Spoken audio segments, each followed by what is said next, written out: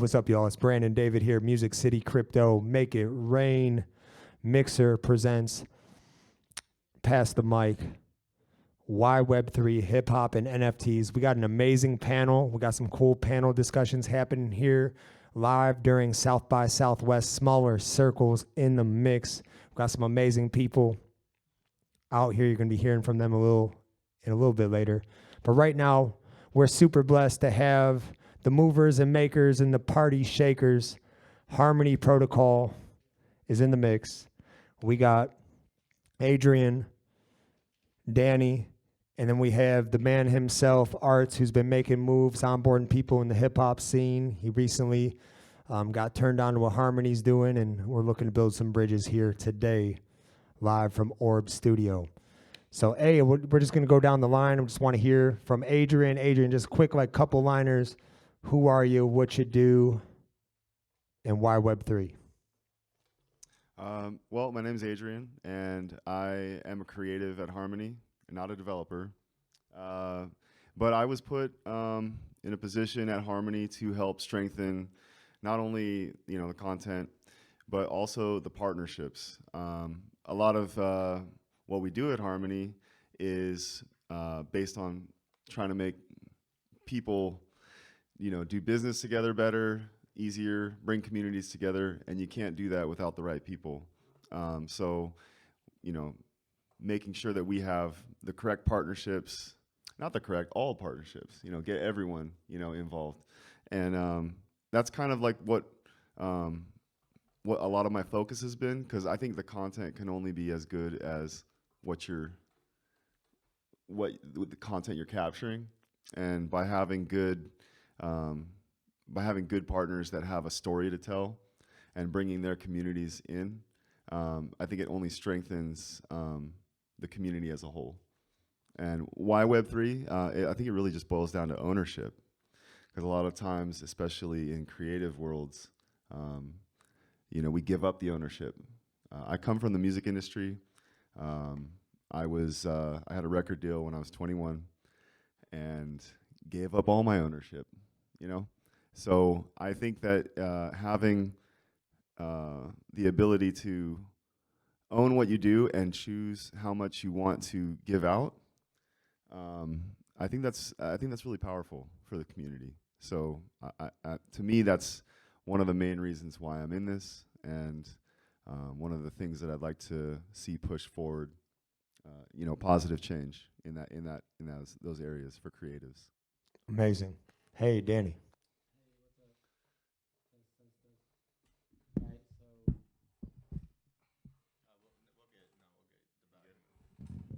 That's literally pass the mic right there. See, they're doing it literally. That's what we like to see. Check.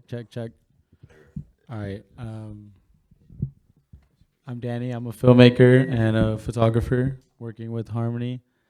I got onboarded by Adrian, who used to be my manager at another agency where we're working at. And, he brought me on because Harmony is scaling so fast, and we're going to need to keep scaling.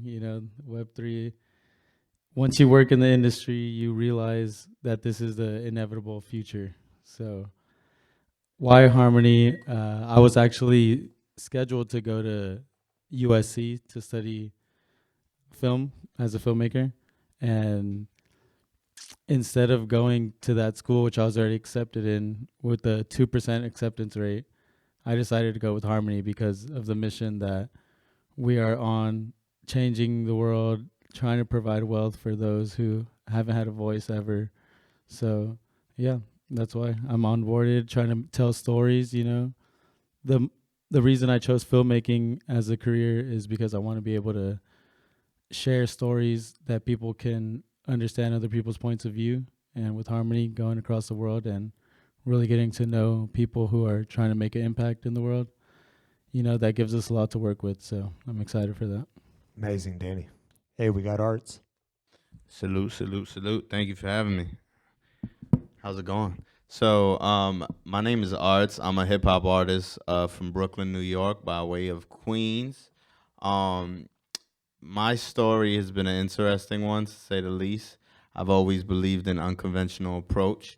So for the last 10 years, I started changing my shows to mixed media gallery events and partnering on my music with actual visual art from people in my community and collective that I really was inspired by, visually. So I will partner my songs with comic books, paintings, sculptures, exclusive merch pieces, so on and so forth. And for the last 2 years now, been dropping NFTs before there was even music platforms to mint. I was originally just minting on places like Known Origin, OpenSea, Rarible, and I was collaborating with visual artists in the space, and then just putting 45 seconds of my music behind it with some animations and things of that nature and unlockable content.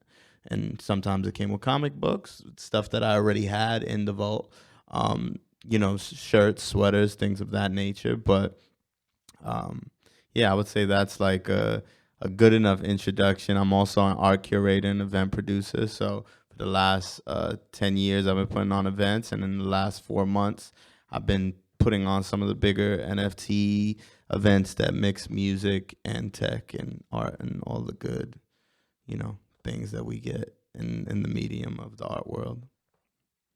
Beautiful. I think sometimes a lot of people are just now hearing the term Web3, right? Most of us never even knew what Web 2 was. And so sometimes it takes, for us to really dive deeper into this conversation, I'm just going to take a quick minute to just rewind a little bit. And what is Web 1, Web 2, Web 3? I know some people have different explanations for that. So I just wanted to ask Artz, Web 1, Web 2, Web 3 in like 20 words or less. Okay, so Web 1 was like your sidekick with your AOL messenger name and that, right? Maybe it was before that, maybe it was just email. Web 2, I felt like was very, it questioned your will, because a lot of what you had to do in Web 2 was a lot physical too, in order for me to sometimes communicate my message or my music. We relied less on digital platforms, and we had to go out there and really like shake hands and kiss babies, right? And then Web 3, I feel like, I used the word unconventional before, but I feel like Web 3 is kind of like that Swiss Army knife, where it gives you the capability to think outside the box and for that to be all right, to color outside the lines and for that to be okay, and for people to understand your vision, without any limits to it or any box that it has to be fit in. Yeah, Adrian, I got to hear a little bit of your story, being full-time in the music business, having a somewhat traditional record deal before Web 2 really emerged and people were using social media on a regular basis and really had to build their community. You have a kind of a different take, so would love to hear some of your, how you're seeing some of this come back around from Web 1, Web 2 to the opportunity now with Web 3. I gotta think about that one because I don't know if they're like mutually exclusive. I think just to go off your Web 2, Web 3, it once again it just really boils down to the ownership, because in Web 2 you give your ownership away in exchange for services or whatever. In Web 3 you own what you create, and how much you give of that creation is up to you. And ultimately, you're gonna prosper or fail because of what you do. And the founder of Harmony, I asked him like, what's your mission? Obviously our slogan is consensus, open consensus for 10 billion people. But I asked him like, what's your dream? And he says he wants to provide the ability for anyone to create wealth. And that is really powerful if you think about like, especially, it could be for anyone, but as a creative, and I think everyone, creatives in the room, that really we never really had a chance to, there was always like a bottleneck, like I guess, yeah, that is kind of like what they are kind of related. So when I got a record deal, your bottleneck was an A&R, and that A&R had to like your music, and then he had to convince other people that they like your music. The way the industry is currently, the A&R is basically replaced by data. And the record label is, it always used to be a bank, but now it's really just a bank, like really. Because all it is they give a loan out, and the collateral that you put on the table is your followers, your listeners, your likes. If you don't have the collateral, you're not getting a record deal. Do they still take chances? Of course. Do they still do a friend deal if you know someone? Of course. But that's the exception, not the rule. The rule is these loans are given out based on your collateral.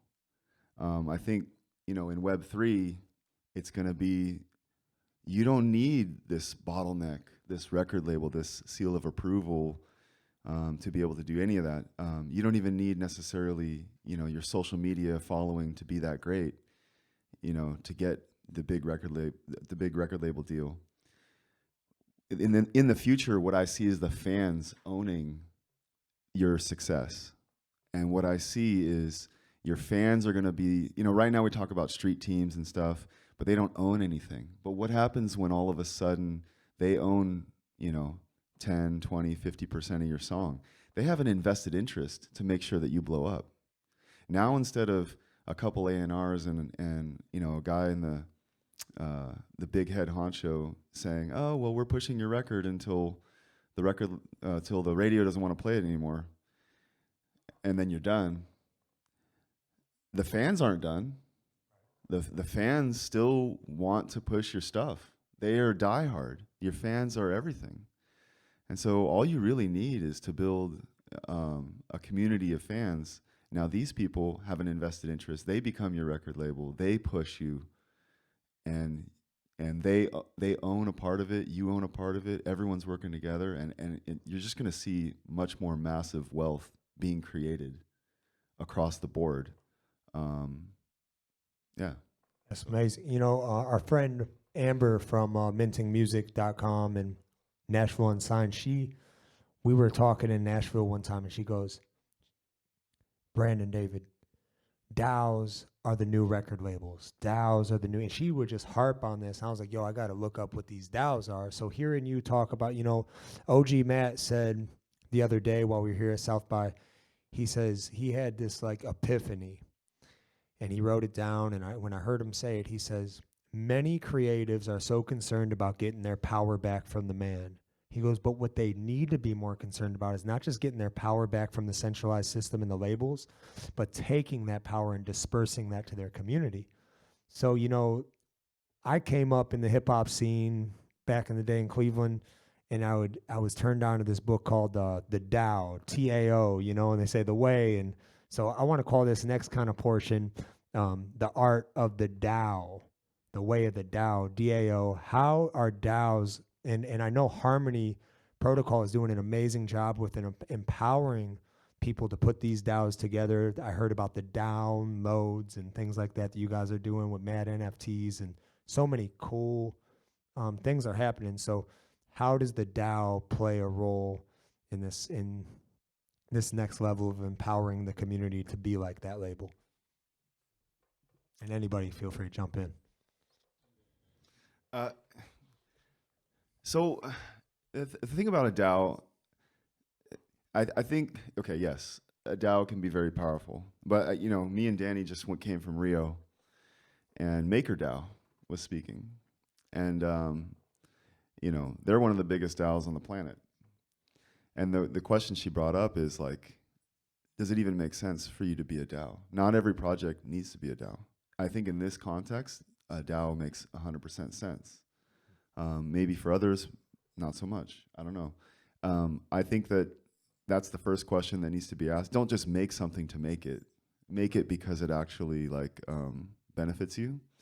And at Harmony, we can provide the tools to be able to create DAOs and all that, and give you that option. That option will be on the table. And our mission is 10,000 DAOs by 2026, I believe, which is massive. That's that's a lot of DAOs. And I actually think that most work will end up eventually being a hybrid of maybe DAO and potentially maybe some centralized portion, maybe some DAO. I think Danny was talking like maybe the future might be, you know, sub DAOs or something like that. Like part of your organization might be like maybe the finance section might just be its own DAO, and the creative section might be its own DAO, and but they all report to like a, you know, bigger thing. I mean, it's such an experimental thing right now, and we're literally making it up as we go along. Like we're not the experts, nobody is, because we're already, you know, it's so new. But I think the concept is very interesting, and I think it has a very big potential to succeed. One of the other team members on our team, he brought up the point like, okay, if you form a DAO, yeah, it can solve all these things, but it also causes a lot of other issues, which we as a community all have to figure out. Like, when you don't have a centralization, you sometimes have lack of communication. So, you know, those kinds of workflows need to be sorted out, and we're going to work hard to like build the tools to be able to make that easier for everyone. Because on the surface, a DAO is actually probably the most powerful thing for, you know, especially for creatives and you know, coders and stuff like that. So I think the potential of a DAO is big, but we still have a long way to go. It's literally like day one for DAOs. So Danny, from a sub DAO standpoint, can you maybe expand a little bit on how that could work for an artist or a musician in there? Because really, essentially, like we have some artists and musicians, like they have a team. They got a social media person. Sometimes they're wearing different hats. Now they're starting to put like, yo, this is the NFT guy. He's spearheading this. So sometimes these groups are actually functioning like small businesses, and sometimes they get as big like, you know, corporate, the way they function. So maybe you can give an example of how that would work for a creative or a musician to Sure. apply that. Yeah, like I mean, the way I think of DAOs is kind of like making a movie. There's the director, the producer, editor, right? Everybody plays their part. So in that sense, I feel like DAOs are powerful because they will keep people motivated to do what they want to do. But like Adrian said, it's just about making sense. Things have to make sense in whatever project you're working on, and there has to be communication is key, honestly, because when there's no communication, people start to lack focus, and then nothing gets done. So it's key for everybody to keep each other in line and always maintain the mission loud and clear. You know, I want to say one more thing about DAOs. That what crypto is the most powerful thing above anything else, I think, in crypto. If whoever can crack this is going to, you know, be like Satoshi in crypto, and that's the problem of identity. And when you have identity, you can actually have governance and you can have voting. I think the way DAOs are set up right now, maybe I'm getting too deep because some of this stuff is like pretty intense, but like if you have a DAO, you have governors that vote. The community votes. This is what we want to do with this money. I got like $1 million and we're going to vote. We want to put it all into this, or we want to put it all into this. The problem is that when you have a DAO, a lot of these governors will run for multiple DAOs and they'll collect their check, but then they won't do anything. And then they, you know, maybe they'll have a lot of money, and then that's why they can get all the votes, or you know, or maybe nobody's voting and they just win because they get their friends to vote for them, you know. And I think identity is directly tied to governance, and you know, that think of politics and how messed up it is, and then think about like how DAOs also have politics. We got to solve that problem, and I think ideally in a perfect world, everyone who does DAOs is doing what they want to do. Like he said, you have like a movie, and you have the editing team, they love editing. The audio team, they love doing audio. Like in that perfect world, it all makes sense. But just I think it has to get to that level where we solve the identity problem as a whole in the industry to really make this thing go from like an idea to like mainstream. And when you say identity, do you mean as far as like a clear vision from, like, say, whoever's running the project, them cast like, hey, this is what this is the purpose, this is the core cause? I mean more like voting. Like, who are these people that are voting for you? Are you just making random votes? Or are you creating fake votes for you? It's kind of the same thing as like, hey, I got a battle of the bands and I'm going to create a bunch of accounts and vote for myself. Yeah, accountability is what you're saying. Pretty much. Right. Because I think people know the right governors to run it. Yeah. But if you can game the system, people will do that. Yeah. And so now, this is why I believe that the concept of a DAO can solve many problems, but it also creates new ones. So I think by solving that, we're working on it. We have ways that we're trying to do identity, but I think once those are all figured out, I think this whole ownership DAO mentality will go mainstream, I think. Cool. Yeah, ultimately to add on to what they're saying, as a creative and an artist, I think the most important thing is to build sustainability for yourself. You could have a million people following you on Instagram, but that don't mean that you converted those people to actual buyers or actual fans. They might not come out to your show, then it might not buy a sweater or a shirt. The Web2 world has created a stigma on music specifically to where the value is no longer in the music itself. It's around the lifestyle of music and the things so I think ultimately, what he's saying about ownership is really the truth. But there's a few things that come with that, right? There comes, like you guys said, organization and communication, being able to have a team that you can trust, and not just appointing governors or people in position because they know how to technically do the job, but it don't mean that they have integrity. It don't mean that they're going to follow the same moral code as you. So I think it's very important for the artists themselves to have that sustainability, create a value, create demand, and that will bring people. If you're not bringing value, you're not going to get people. Therefore, if people are not buying your tokens, they're not contributing to your crowdsourced DAO, however you're trying to flip it on its head, you need to bring value. And that dates back from, like, if we're talking hip hop, that dates back from Master P selling CDs out his trunk. He was going from hood to hood, and he was selling CDs out the trunk because it banged, and that was his value. Then incentive was like, yo, we're getting something that we can't get in the record store. And this shit is hard. You know what I'm saying? Like, the music's good, right? You've seen that change over time too with certain different artists, how they've leveraged their merch, right? You can name somebody like Kanye as of recently with the STEM player, right? He doesn't need to be on Billboard charts because he just sold over millions of dollars in that physical device, right? And when we look at NFTs, when we look at this digital space, it's providing that same opportunity. But I think it's up to the artist or whoever the project leader is to make sure that they understand those facets so then they can't get jerked. When you talk about music industry and traditional infrastructure, right?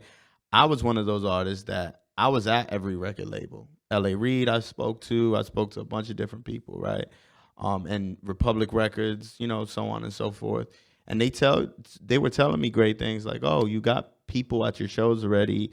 You're doing great. We think your demographic is $1 billion demographic, but that's not going to be what makes people cut the check for you. You almost have to put all the ducks in the row for them to want to give the investment, like you were saying. This space provides the opportunity that when you create that leverage and you have the content, you have the numbers to back it, you have people really showing up, then all that, the sheep-like stuff, like, oh, who does he know? Or how many views does he have? That's just not going to matter because you're going to actually have, the 1,000 True Fans article. It's going to be kind of like that. You're going to have people that are really going to back you and go hard for you. And you've seen that in some artists that are a little bit more unconventional. Chance the Rappers, Tyler the Creators of the world. those foundations, they were distributed by labels and indie labels, but the people that fought for them the most were the people that were in the seats at the show. So if you don't do that part, if you don't create that value for people to want to be with you wherever you go, then the DAO's really not going to work for you, and you're probably going to have to do something a little bit more refined and simple. And that's what I learned in the course of my career. I have records on radio. I have celebrity records out right now with certain celebrities. I'm booking celebrities now for my events around NFTs, right? But the truth is, you know, respectfully, when I meet this celebrity 3 years ago and I'm just a wide-eyed kid that's like, yo, I'm trying to get my record here and there, what are you doing for that person on the opposite end that should make them be like, yeah, I believe in you, homie. Let me put you in a good situation. That happens, like you said, there's an exception for that. But when I'm sitting there and saying, yo, what's up, Busta Rhymes? What's up, Nori? Check it out. I got this event happening in Art Basel, and not only are we going to shut this shit down and bring out thousands of people, but I'm getting you a bag as well. You're getting booked for the show. Now, those same people who might have came across me in the industry, and I might not have fit the rapper perception or look, or I didn't have the most friends in the industry, the optics, right? They're looking at me now with a different value because, yo, I just seen Lil Homie go on stage, blow the roof off the spot, and he brought me an opportunity. He booked me, and he organized this thing. Now my value steps up. So now people want to utilize me more, so that allows me to build a little bit more foundation as an independent artist, you know? Go ahead. And it doesn't take that much people to back you. Think about it like this. If you have 1,000 fans that give you $100 in a year, you know, that's a lot of money. Yeah, You know, you just made more than most in America for a year. for sure. And you know, going back to the identity, one thing that is being brought is, and it goes to what you're saying, we're trying to do like social-based tokens, or you know, I mean, there's already like POAPs, basically like, hey, I went to this event, I can prove it, and because I went to there, my voice matters more than yours, because I'm a true fan, and you can actually gate the entrance to whatever club or thing that you're building, and you can say, hey, you had to have been at my show 4 times. If you scan that thing 4 times, then I'll let you in, because we're all on the same page at that point. Yeah, and I like that, but at the same part, that also, at least for me, why I haven't started doing that, if I'm being honest, is because that also takes away from inclusivity and diversity sometimes too. I can agree with that. You know, especially, but this is more like talking about like people that want to invest and have a say in what you do. You know I get it. what I mean? I get it. My thing is like, where I'm saying is more so like, okay, if I like the parties I've done, the events I've done in NFT NYC and Art Basel, right? These events had like, New York just had me, but in Miami we had a bunch of superstars, so I could actually even charge for tickets. But the way I'm looking at it is more so like, the truth is the space is still in a very subculture world, right? In order for mass adoption to happen, you have to bring people in. You dig what I'm saying? So by making them do all this technology-based stuff, a POAP, buy a token, buy an NFT, show proof, right? That's also cutting off a large group of people that might actually become your fans or be your fans. Now, that's not to say that they shouldn't walk away with a memorabilia thing, but it's just like in sneaker culture, right? I collected sneakers. I sold to some of the biggest sneaker collectors. But then there came to a point where bots came in with sneakers. So the minute these websites will upload a sneaker, it sells out in seconds, and it gives nobody the opportunity to buy that sneaker unless you buy into those bots. That can be the same thing. I've seen that happen with PFP projects, right? That could be the same thing that happens here. So I think for me, it's more so like, okay, how can we get people through the doors, walk them to the water, make them drink the water? And yeah, you could give them tokens and memorabilia pieces, but it looks more to me like gamified stuff, to where it gives everybody the opportunity to buy into what they want to buy into. But the bragging rights more so comes from, yo, Artz dropped 5 songs this month, but yo, okay, you got those 5 songs as NFTs, so do I. But guess what? He gamified the whole world to the album, and I got the alternative artworks for the comic books. I got this merch sweater, and you don't got it because you didn't go that far. You know, that is a little bit more even playing field to me versus like, oh yeah, I got a Bored Ape and I could get into that. Yeah, but you can't. And you know, I'm an ape holder, but I never like that type of attitude because that makes somebody feel like a outsider when somebody might be new to this space and wanting to be encouraged and emphasized to be a part of it. You know what I'm saying? I 100% agree with that. Yeah.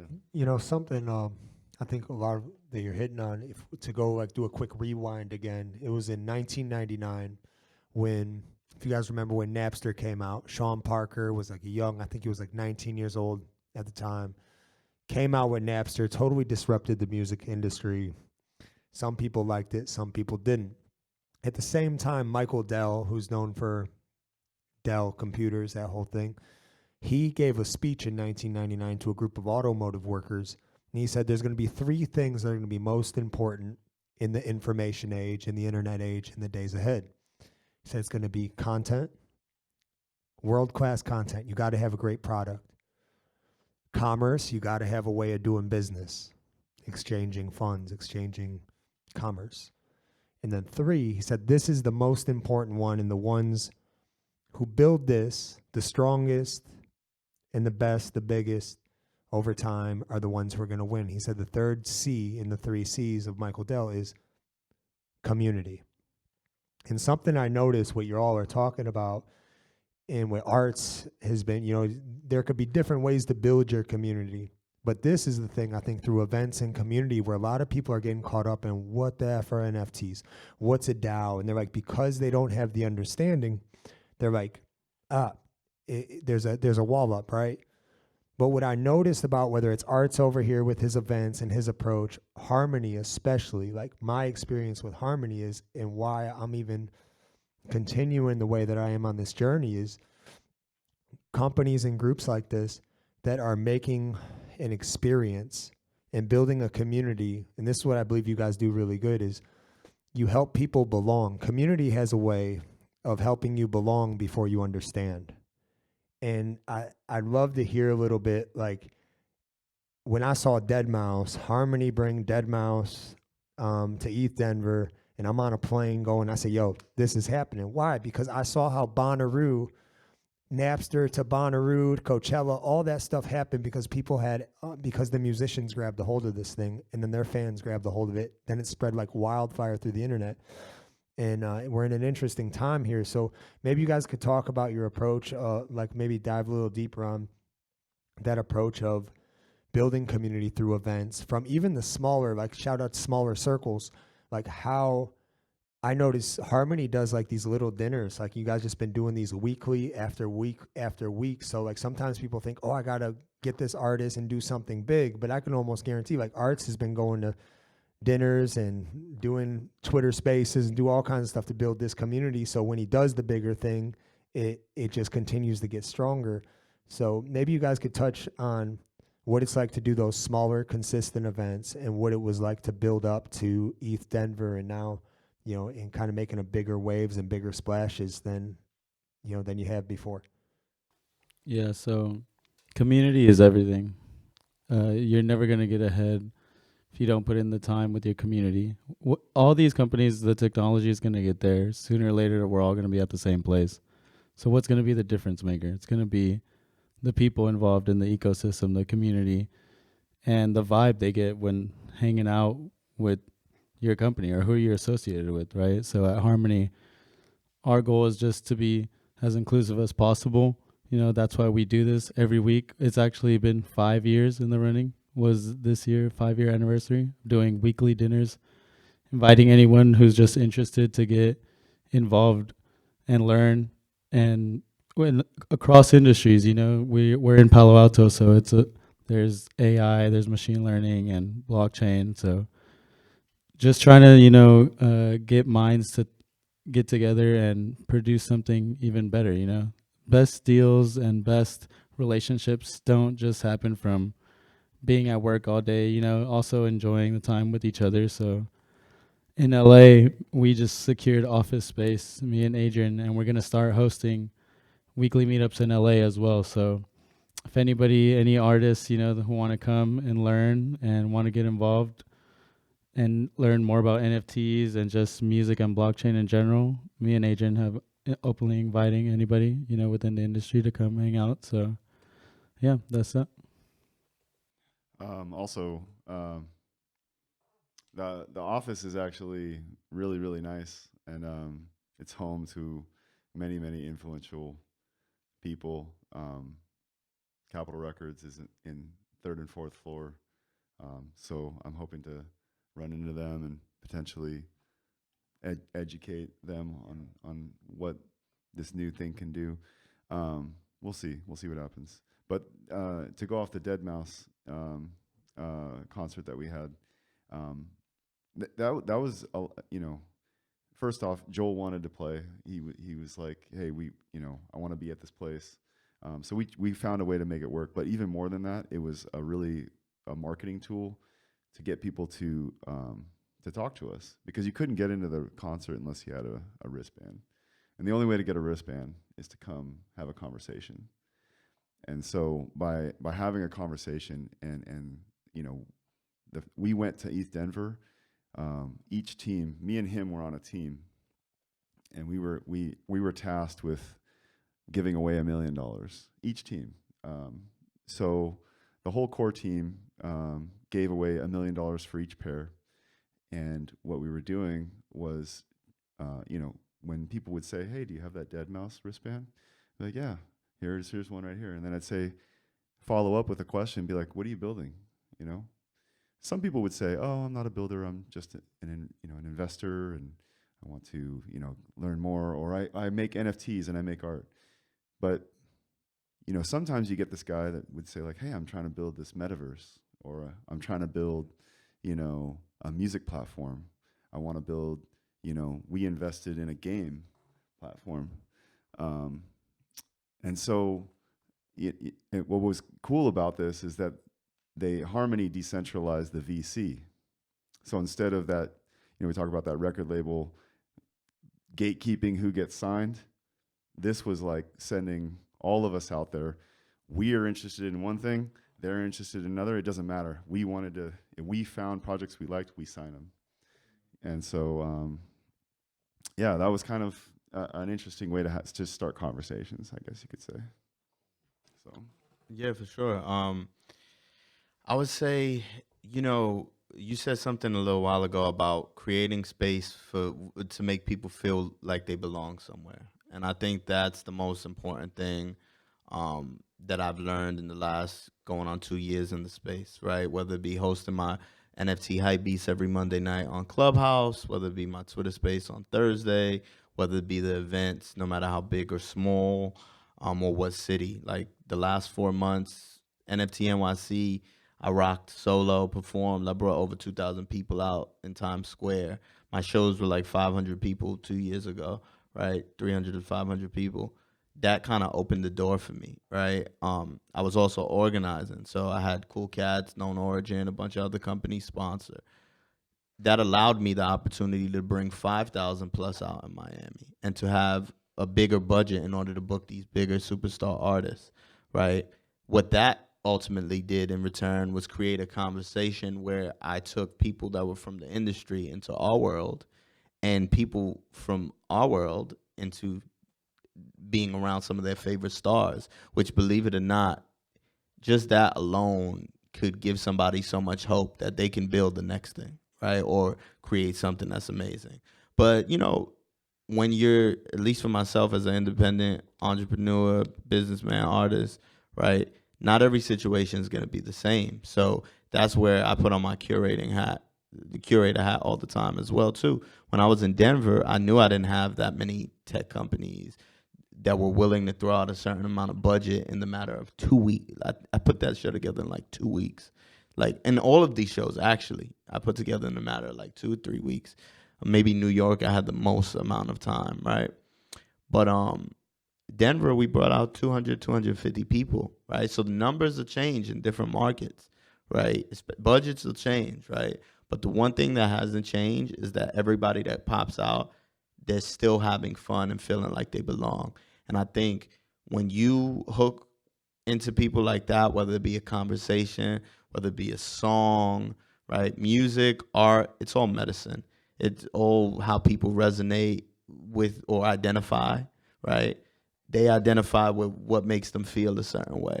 So even if this room is only, let's say, freaking 5 people, but we could know each other already too. But if we reach a different pinnacle in our relationship by a conversation we sparked today, that's success to me. You know, if people leave here saying, yo, I met this real interesting cat, you know, I vibe with them, I'm inspired by them, that's a success to me, you know? So those things will change. But as long as that spirit is still there, as long as you're still hustling and trying to make it happen, the stars will align. Like literally, I was telling some of these people that are here, I was booked for one show on Monday. I got booked for that show a day before I landed in South by, which was Saturday, right? Put on that show. I was supposed to leave here Thursday. Met you in a hotel a few days ago, and now I'm booked to be here. Manifestation is a real thing when you put it out there and you put the right energy into the room and into the, you know, earth. So I truly believe. And then when you have the time where you can be organized and you're like, yo, I got things set up for like 3 months in advance, then do it. But guess what? What's today's date? The freaking 19th. I got a few shows in LA in like 5 days, and I got to put all of those things together, right? So, you know, you got to stay on that wave and keep riding it until you know. Yeah, you know, speaking about riding those waves, we were bringing together movers and shakers, making waves in the metaverse. Harmony's been making it rain, whether it's at ETH Denver, here at South by, they were at ETH Austin, and just they have a way of just making, like they really do have a way of making you feel like you belong when you really don't even know what's going on. And we have some people in the room here. If anybody, if you could hear my voice, if you want to ask a question, now's the time to come in. But we're going to take a little break. But before we do, I want to just run across this amazing panel we have here with Artz, Adrian, and Danny from Harmony. What is, and like, if you could do this in 3 words or less, what is an NFT?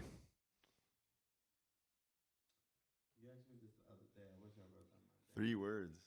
Three. If you could do it in 3 words. If you can't do it in 3 words, less than 3 sentences.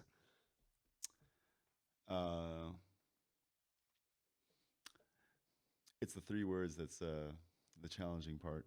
I would say it's a Damn. You could use other words. Like if you have a bold word, like it doesn't. Okay. We're not grading papers here. Okay. She might be actually. Docel's over there. She's okay. You're good. All right, cool. It's a container that has that provides. It's a unique, one of one container that can hold whatever, and it doesn't have to be a JPEG. Could be many things. That provides ownership. I think A unique container that provides ownership. Unique container that provides value, that provides ownership. value. Yeah. Cool. And I'm just gonna switch it up here. It doesn't have to be 3 words. Just you guys flow. If you can keep it. I'll give you 3 words. I'll give you 3 words, man. Okay. Give you 3 words, man. I'll do. I want to say community, but I feel like everybody uses that damn word too much now. They don't even be building communities. I would say love, family. That'll be the word I use for community.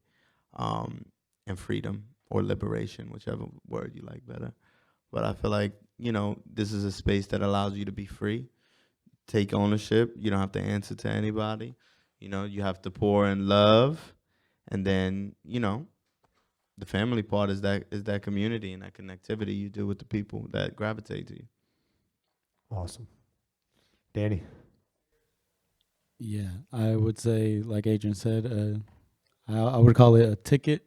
That's a good way for people to understand it. A ticket that provides utility. But NFTs in general, I agree with what Artz is saying.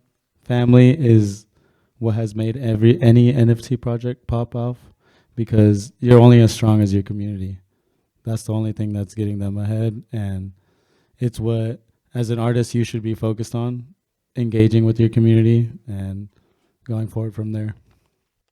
Amazing. And then real quick, what's next? Artz, what's next for you? I just like, if you guys want, what's next for you?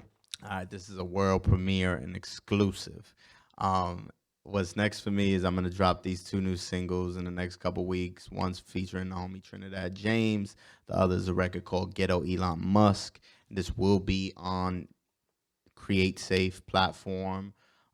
It's a music marketplace. You'll be able to buy the music. You'll be able to buy alternative art. There'll be some music videos that come with it. And then it'll be followed up by a new NFT mixtape I'm going to drop. It's called Alone in the Metaverse. It's a vibe. It talks about as we approach this new digital frontier of being in the metaverse, how we have to never lose sight about human connection, whether we have the Oculus on or off. So that's what the project's about. I'm going to play out some records tonight too. And then NFT LA in a few days. I'll get you out there. We still outside. We vibing. We going hard. Yeah. Awesome. Yeah, I'm glad you said NFT LA because Harmony is going to be there. We're finalizing the schedule, but it should be coming out in a couple days. And we're having, I think, 3 events, and we're having a little after party in one. So anyone's welcome to come. And if you guys want to just vibe with more artists and with Harmony, we're there to offer support. We want to meet people. We want to meet you guys. So what's coming up that I'm most excited for with Harmony? I think my number one actually is what we're going to be doing in Africa. We're planning on going to Ghana, Sierra Leone, Kenya, and potentially more. But the reason why I'm most excited about it is because I want to go there. I want to listen. I want to see how we can provide them with tools that they need to build the solutions for the problems that they might have in their communities, essentially. I think a lot of people have come to Africa and told them, this is what you need. This is how we can solve your problems. I think the people know how to solve their own problems. I think they just need the tools to do it. And so I think if I want to go there, I want to listen, I want to see what they need, and I want to really try and push those initiatives. And those are all going to be starting, I believe, end of April, and we're going to be doing it. We're going to be doing a couple different Africa trips till September. So that's the thing I'm most excited about, and I also think it's also where we can make some of the biggest change, because they kind of skipped